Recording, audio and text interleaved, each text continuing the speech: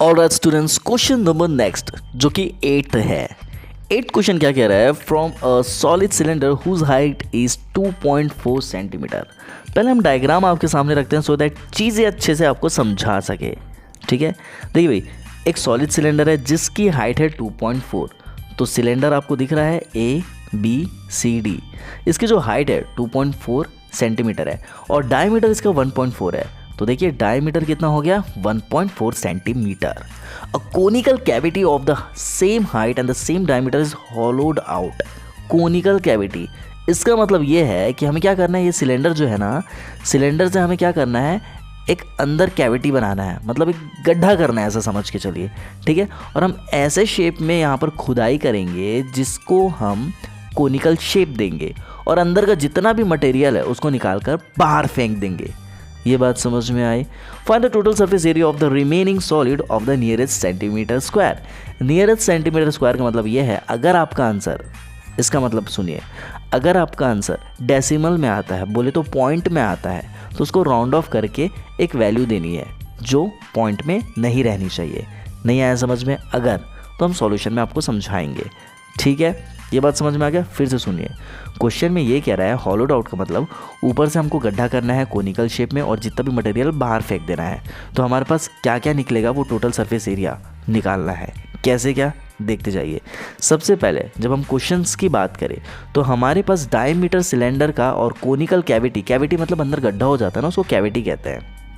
ठीक है, तो सिलेंडर या फिर कोनिकल का जो डायामीटर है वो कितना दिया हुआ है, 1.4 सेंटीमीटर। ठीक है, ज़्यादा सोचने की ज़रूरत नहीं, क्वेश्चन में ये दिया हुआ है। और कैसे पता चला कि ये दोनों इक्वल होंगे, क्वेश्चन में बोल रहा है सेम डायामीटर और सेम हाइट। इससे पता चलेगा कि सिलेंडर और कोनिकल की दोनों की डायमीटर 1.4 सेंटीमीटर होगी। ठीक है, आगे यहाँ पर सेम रेडियस भी होगा। भाई सिंपल सा लॉजिक है ना यार, सिलेंडर और कोन का डायमीटर सेम है तो रेडियस भी सेम होगा।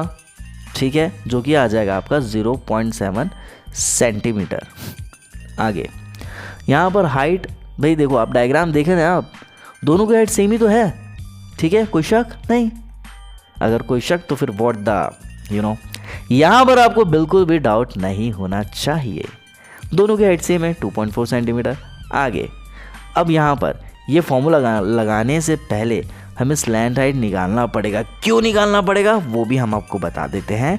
देखिए भाई, जब आप curve surface area of a cone का फॉर्मूला लगाते हैं तो वहाँ पाई RL आता है, इसलिए हम यहाँ पर L की वैल्यू निकालेंगे। फॉर्मूला क्या होता है, L² = H² + R², बताया था हमने आपको। तो यहाँ से L की वैल्यू निकालेंगे, H² + R² अंडर रूट। ठीक है, हमारे पास सारी की सारी वैल्यू है, मतलब L = H। H की वैल्यू 2.4 है, देख लीजिए हाइट कितनी है 2.4। किसकी, कोन की बात कर रहे हैं अभी हम, क्योंकि स्लैंट हाइट सिर्फ कोन में होता है। तो यहाँ पर हम H की जगह लिखेंगे 2.4। अब H² है तो इसका भी स्क्वायर होगा अंडर रूट प्लस R का स्क्वायर। भाई रेडियस दोनों का तो सेम है 0.7, तो यहीं 0.7 स्क्वायर लिखेंगे। ठीक है, अब जब आप इसको आगे सॉल्व करते हो तो 2.4 का स्क्वायर जब आप करते हैं तो आपका आ जाएगा 5.76 प्लस 0.7 का स्क्वायर आप करेंगे तो आपका आएगा 0.49। ठीक है, और फाइनली इन दोनों को जब हम प्लस करते हैं तो आपका आएगा 6.25, जो कि आएगा आपका 2.5 सेंटीमीटर। तो 2.5 सेंटीमीटर आपका L निकल गया, जो कि है स्लैंट हाइट। ये बात समझ में आ गई। ठीक है, अब आगे देखिए, यहाँ पर हमारा स्लैंट हाइट कितना निकला, 2.5 सेंटीमीटर। अब total surface area of solid का फॉर्मूला लगाएंगे, क्योंकि क्वेश्चन में बोल रहा है टोटल सरफेस एरिया। तो यहाँ पर लॉजिक देखिए कैसे क्या लगेगा। Obviously curve surface area of cylinder निकालेंगे पहले अपन। ठीक है, कर्व सरफेस एरिया बोले तो ये वाला पूरा साइड का पार्ट ये निकाल लेंगे। अब CSA ऑफ कोन का भी निकालेंगे। देखिए आप अंदर हाथ डालेंगे तो इन सारी चीज़ों को आप छू पाएंगे। ठीक है, अब area of base of cylinder क्यों निकाल रहे हैं भैया, जब हम यहाँ से खुदाई करके, ठीक है ध्यान से सुनो, हमने खुदाई ही बोली है, ज़्यादा दिमाग मत चलाइए। जब हम यहाँ खुदाई करेंगे तो खुदाई करने के बाद ये सारी चीज़ें ओपन हो जाएगी। ठीक है, ओपन माउथ हो जाएगा, ये ऊपर की चीज़ें खुली हो जाएगी, इसलिए उसका एरिया क्या ही निकालेंगे, एरिया ही नहीं बचाना, वो तो खुल गई है जगह ऊपर से। ठीक है, लेकिन हमने बेस का क्यों निकाला, क्योंकि देखिए जब हम टोटल सरफेस एरिया निकाल रहे हैं सिलेंडर का सी एस ए, कोन का सी एस ए तो कंप्लीट हो चुका है।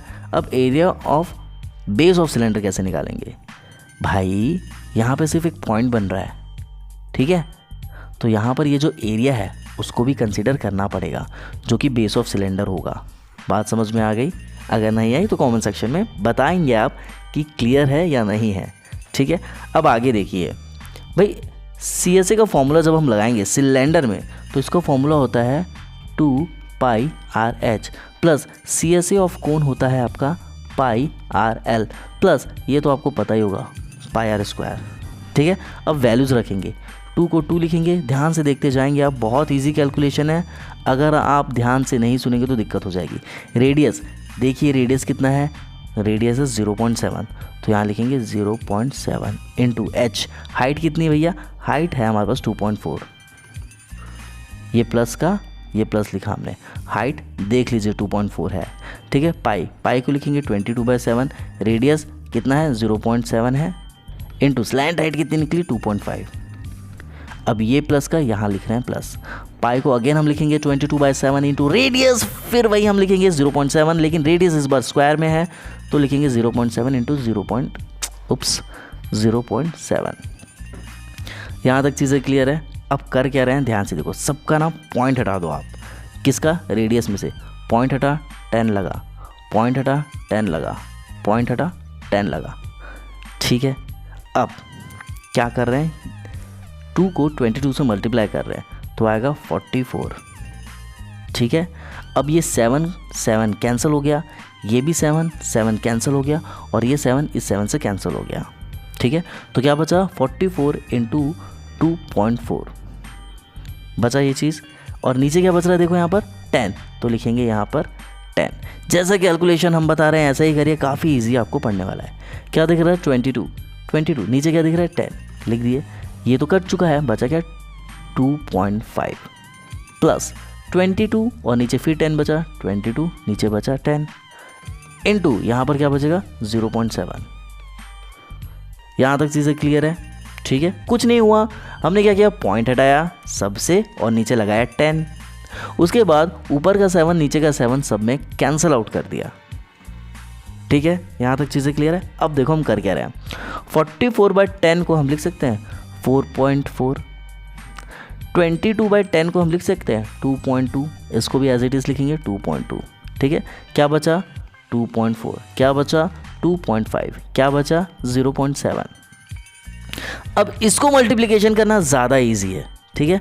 4.4 को 2.4 से आप मल्टीप्लाई करते हैं तो आपकी वैल्यू आएगी 10.56 प्लस इनको मल्टीप्लाई करने पर आएगा 5.50 प्लस 1.54। इन दोनों को मल्टीप्लाई करेंगे तो 1.54 आने वाला है। जब आप इन तीनों को प्लस करते हैं, हम यहाँ पर आपको सॉल्व करके दे रहे हैं, अब इन तीनों को जब हम प्लस करेंगे तो आपका आएगा 17.60 सेंटीमीटर स्क्वायर। क्वेश्चन में क्या बोला है, नियरेस्ट सेंटीमीटर स्क्वायर, इसका मतलब आपका आंसर पॉइंट में नहीं आना चाहिए, ठीक है। तो देखिए पॉइंट के बाद कौन सा नंबर है, 6 है, ठीक है, मतलब 5 से बड़ा है, तो 5 से बड़ा हो गया मतलब 6 हो गया, तो यहाँ पर हम आंसर में लिखेंगे 18 सेंटीमीटर स्क्वायर। बात समझ में आ गई, और ये हो गया आपका आंसर। अगर हमारा आंसर 17.4 आता जो कि 5 से कम है, ये जो 4 है ये 5 से कम है, छोटा है, तो इस केस में हम आंसर लिखते हैं 17 सेंटीमीटर स्क्वायर। लेकिन 5 से बड़ा है तो ये लिखना, 5 से छोटा है तो ये लिखना। बात समझ में आ गई, बस इतना ही ध्यान में रखना है जितना हमने बोला है, और ज़्यादा दिमाग चलाने की ज़रूरत नहीं है। आई होप आपको चीज़ें समझ में आ रही होगी। मिलते हैं अगले वीडियो में, टिल देन बाय।